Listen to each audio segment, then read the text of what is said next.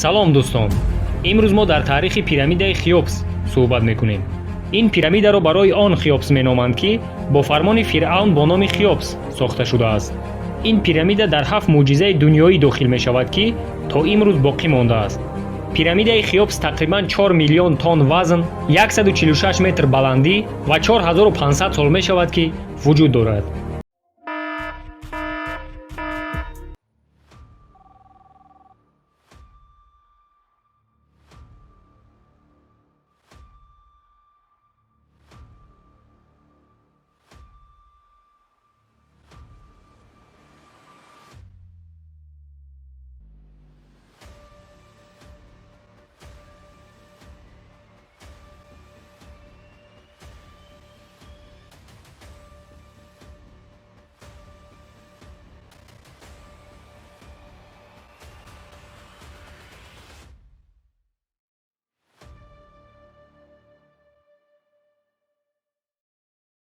ба ақидаи олимон пирамидаи Хеопс тақрибан дар 20 сол сохта шудааст.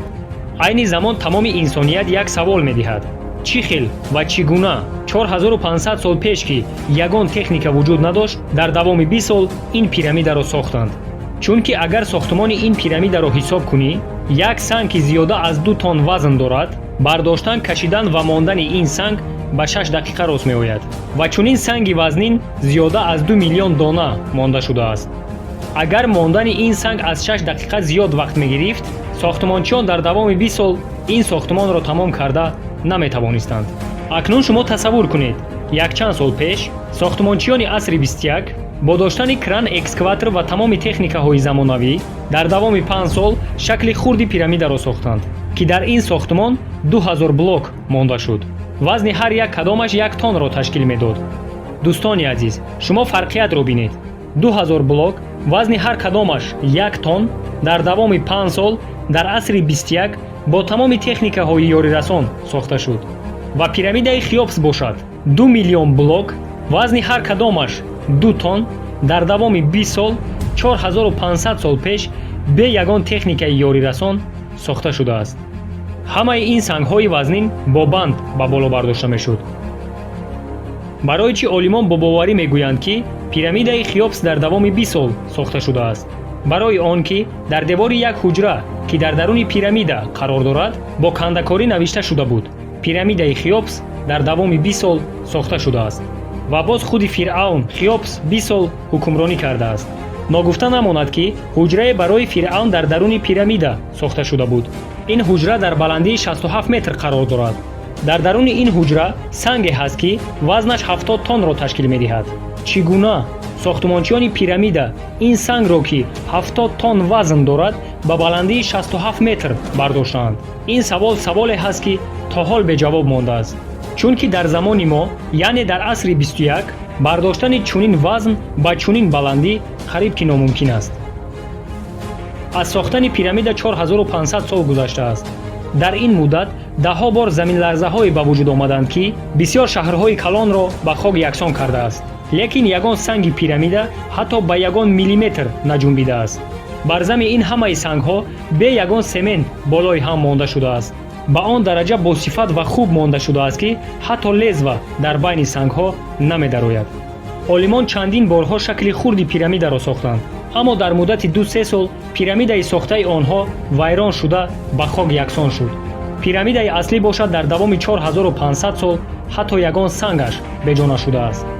барои чӣ мо одамони асри 21 бо тамоми компютеру техникаҳои замонавӣ дар сохтани чунин сохтмон оҷизем?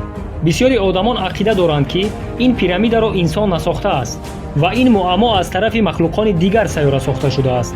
лекин олимон ин ақидаро рад мекунанд. бо вуҷуди ҳамаи ин, дар давоми 4500 сол ба ягон олим муяссар нашуд ки сирри ин сохтмонро ёбад.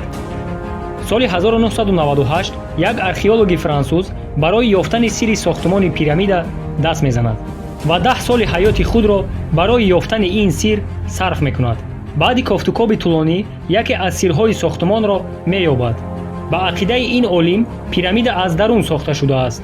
яъне сохтмончиён дар даруни пирамида як роҳ ба мисли спирал месозанд ва ҳар як блокро аз замин ба боло ба воситаи ин роҳ кашонда мебаранд.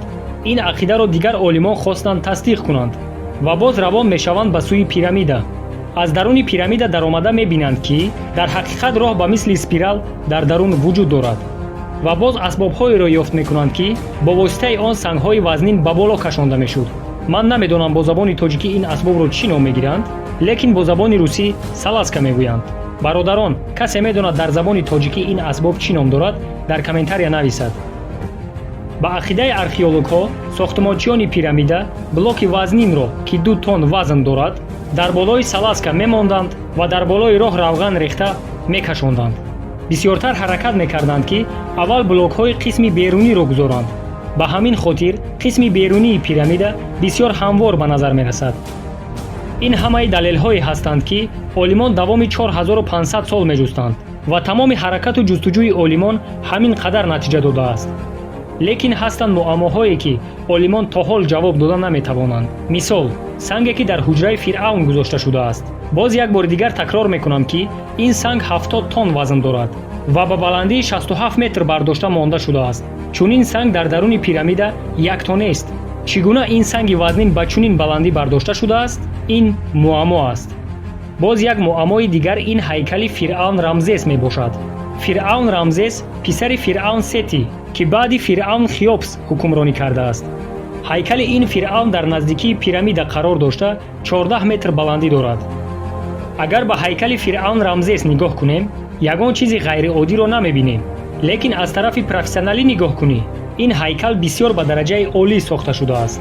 дар ягон ҷои рӯи ҳайкал ягон хати зиётӣ нест. ба он дараҷа ҳамвор ва бехато сохта шудааст ки дар замони мо, яъне дар асри 21, нест одаме ки бе ёрии асбобҳои ҳозиразамон чунин кандакорӣ кунад. ин буд муаммоҳое ки то имрӯз ягон олим ва ягон сохтмончӣ ҷавоб дода наметавонад. чунин сохтмонро дар мисри қадим 4500 сол пеш чӣ хел сохтанд ва бо ёрии кӣ сохтанд, то ҳол муаммо ҳаст ва ягон шахс аниқ ҷавоб дода наметавонад. ин лоиҳа ё схемаҳое ки ин олимон ёфтаанд, ҳамаи ин тахминан гуфта шудааст. дӯстони азиз, як чизи дигарро қайд мекунам. мумкин ки дар Қуръони Карим дар ин масъала ягон чиз гуфта шуда бошад, чунки дар ин китоби муқаддас бисёр чизҳои муаммодор гуфта шудааст. лекин дӯстон, ман аз ин хабар надорам. касе дар ин масъала ягон чиз медонад, дар комментария нависад. дӯстони азиз, агар видео ба шумо махкул шуда бошад, дастгирӣ кардани моро фаромӯш накунед. дастгирӣ аз тарафи шумо ин обуна шудан, лайк мондан ва комментария нависондан. то видеоҳои оянда дар паноҳи худо бошед.